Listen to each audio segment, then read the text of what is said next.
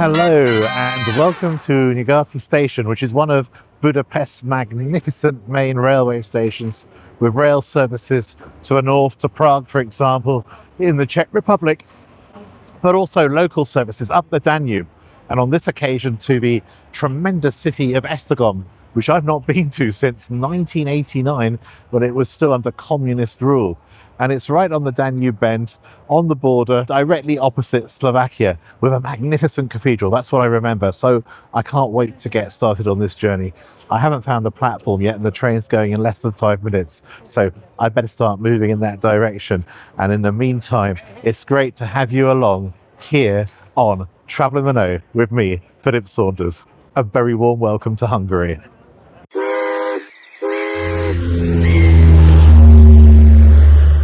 Oh, heavens above, I should always give myself a little bit more time. It looks like you have to go through this magnificent main railway building to another area to get this train. There's other people moving in the right direction too, so I think I'm going to be okay. Fingers crossed. And yes, of course, the railway station is much larger than I remember from back then in 1989. Still got just enough time. In the end, I've got to the right platform, platform number 1, with 2.5 minutes to spare, unless they shut doors a little early like in London. So I better get moving, get onto the train. And whilst I'm doing that, let you know that it's great value. It's 53 kilometers from Budapest to Esztergom, and the price is around about 1,100 and something Hungarian forint, which is just under £3.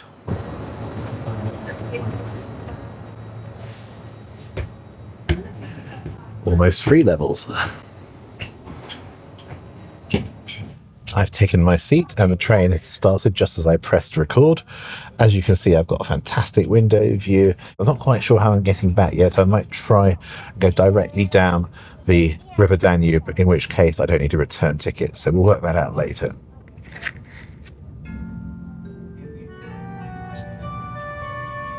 Köszöntjük Önöket a mágcsoport Esztergomi közlekedő járatnál. Felhívjuk szíves figyelmüket, hogy a vonaton tilos a dohányzás. Kellemes utazást kívánok!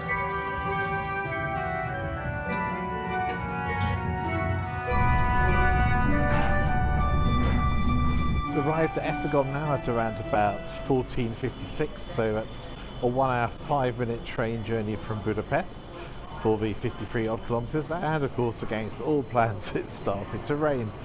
Never mind, let's head into town. After a short bus ride from the railway station costing about £1 and a short walk in a little bit of drizzle, we arrived for this spectacular view over the Danube, and we're actually in the grounds of the Basilica of Esztergom, which is the largest ecclesiastical, the largest Catholic building in the country, and truly dominates the entire Danube at this point. You just head east in this direction, you end up at Visegrad, and then you actually turn around the Danube towards Budapest.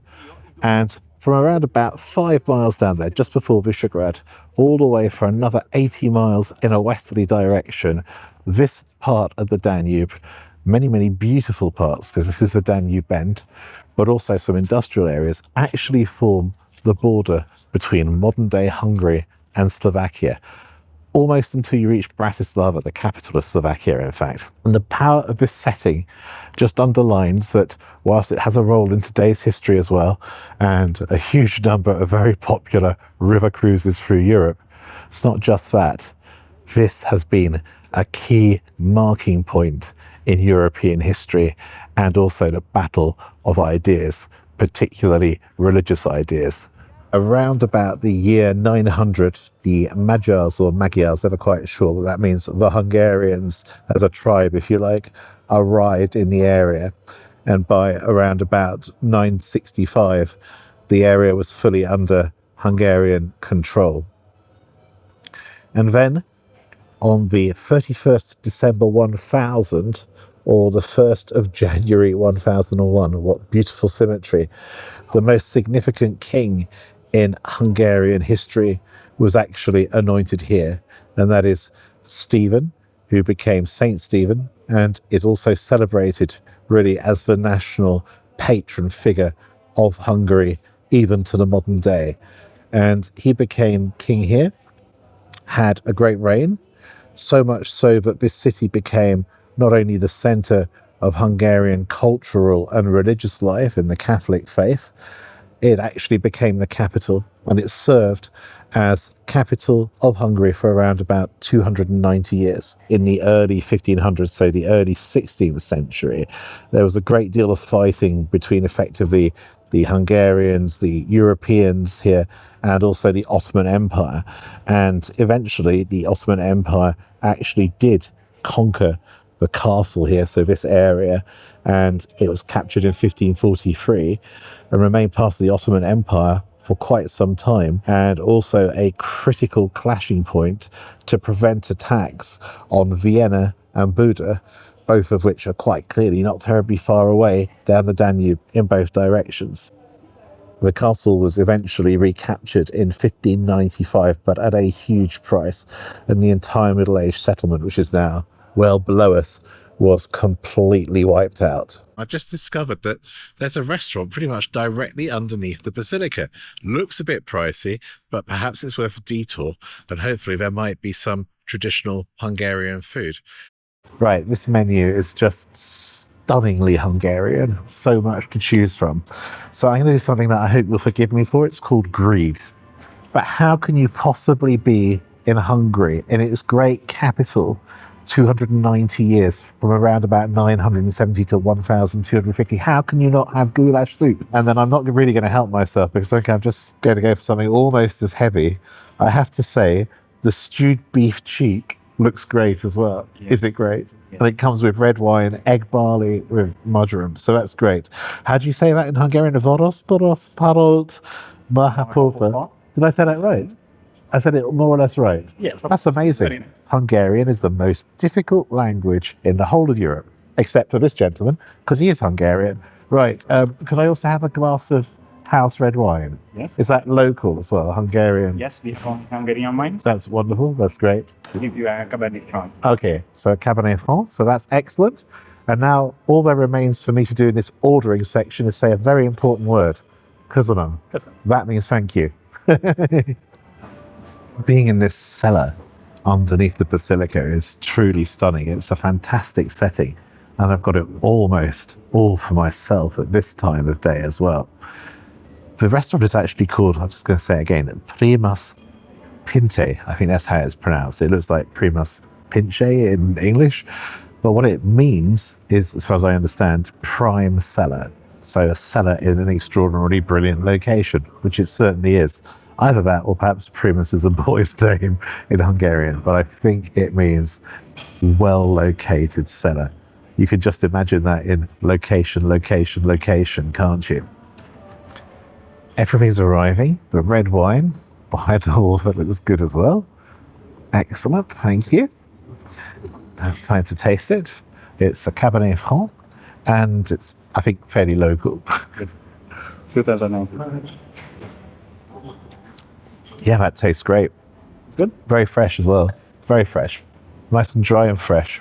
And look at the beautifully presented bread basket, which just comes straight away. And that's also got some paprika sauce, I think, with real little peppers in the true Hungarian style. Thank you. Thank you. And it's my understanding that everything on the menu here pretty much is from Hungary as well. Service is pretty quick, which is great. And again, that looks like a typical Hungarian goulash soup. Very filling, I'm sure. It's got sour cream in it as well.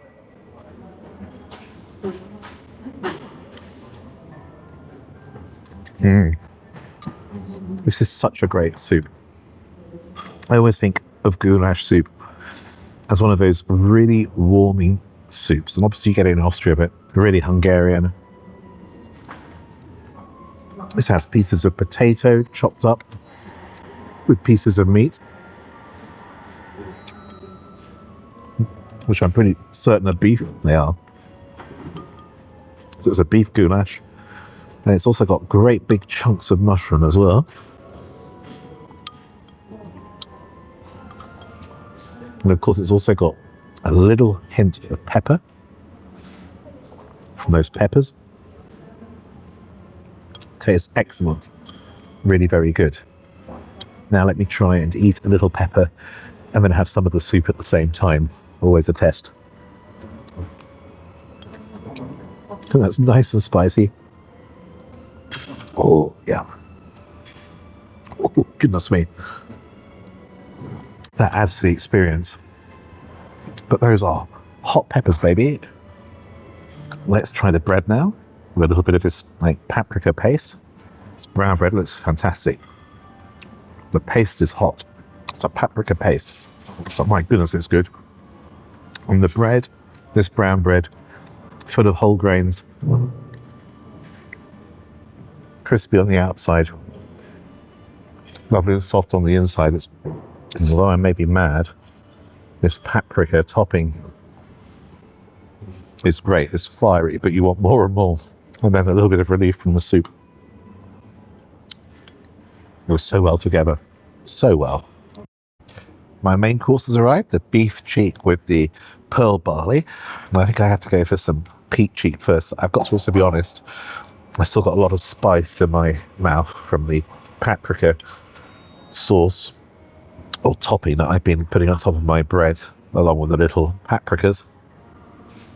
Well, that's great. So I'm still getting a lot of heat. But the beef cheek is so tender.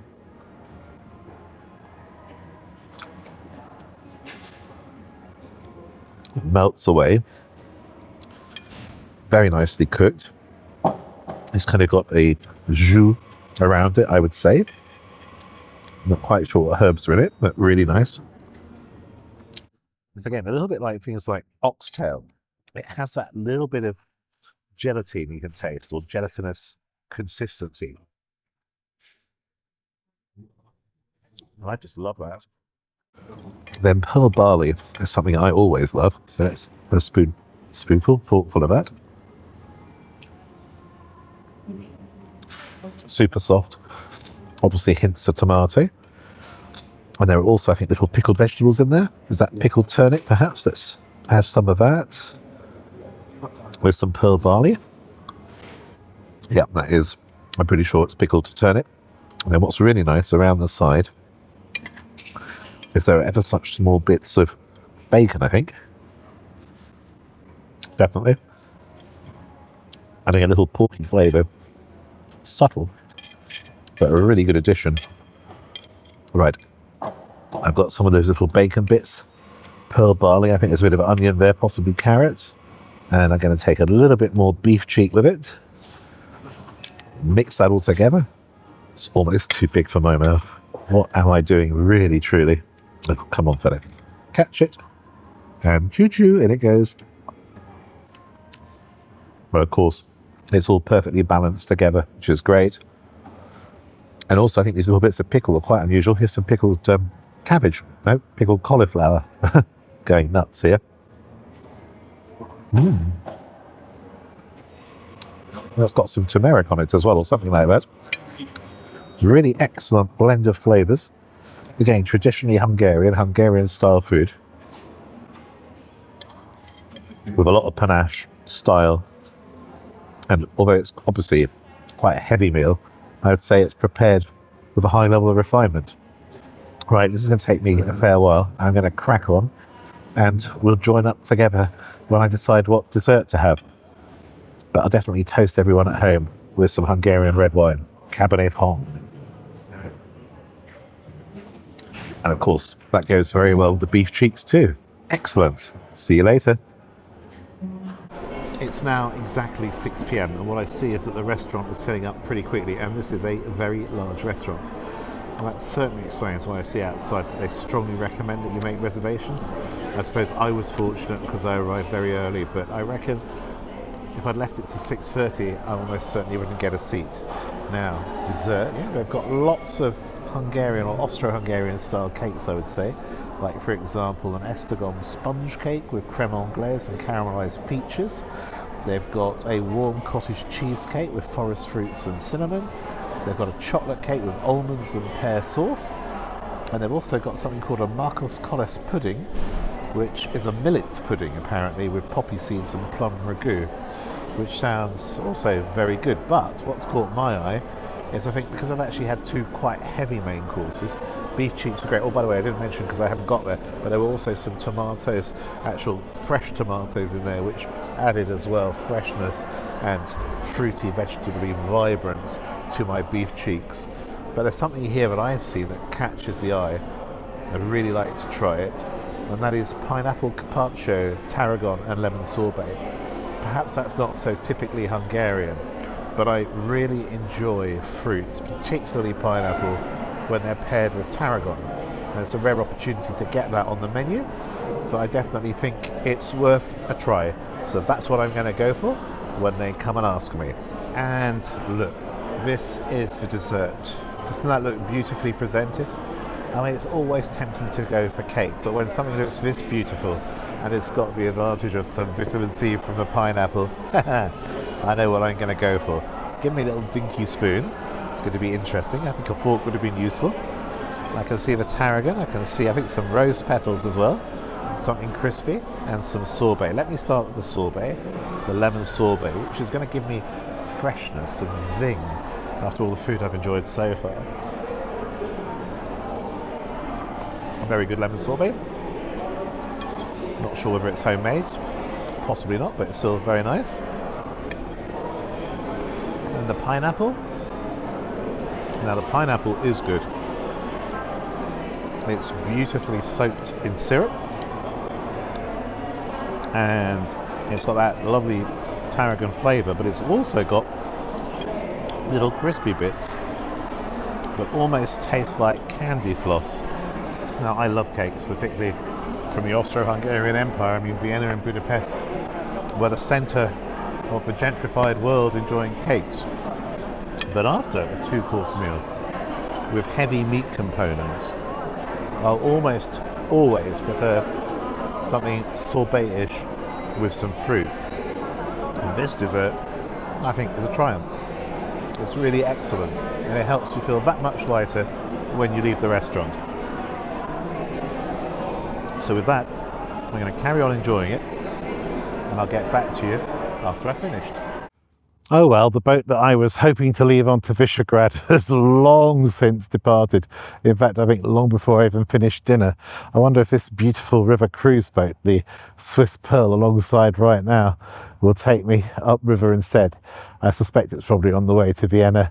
I doubt it will take me anyhow. Never mind, that gives me time to reflect on a beautiful day and also a beautiful view and take it in without rushing quite so much. I mean, just look behind me. On one side you've got the Danube, and of course, if you get your bearings right, on the other side the magnificent Basilica, and also behind it the walls of the castle. Really lovely setting. What did I think of dinner at Primas Pince?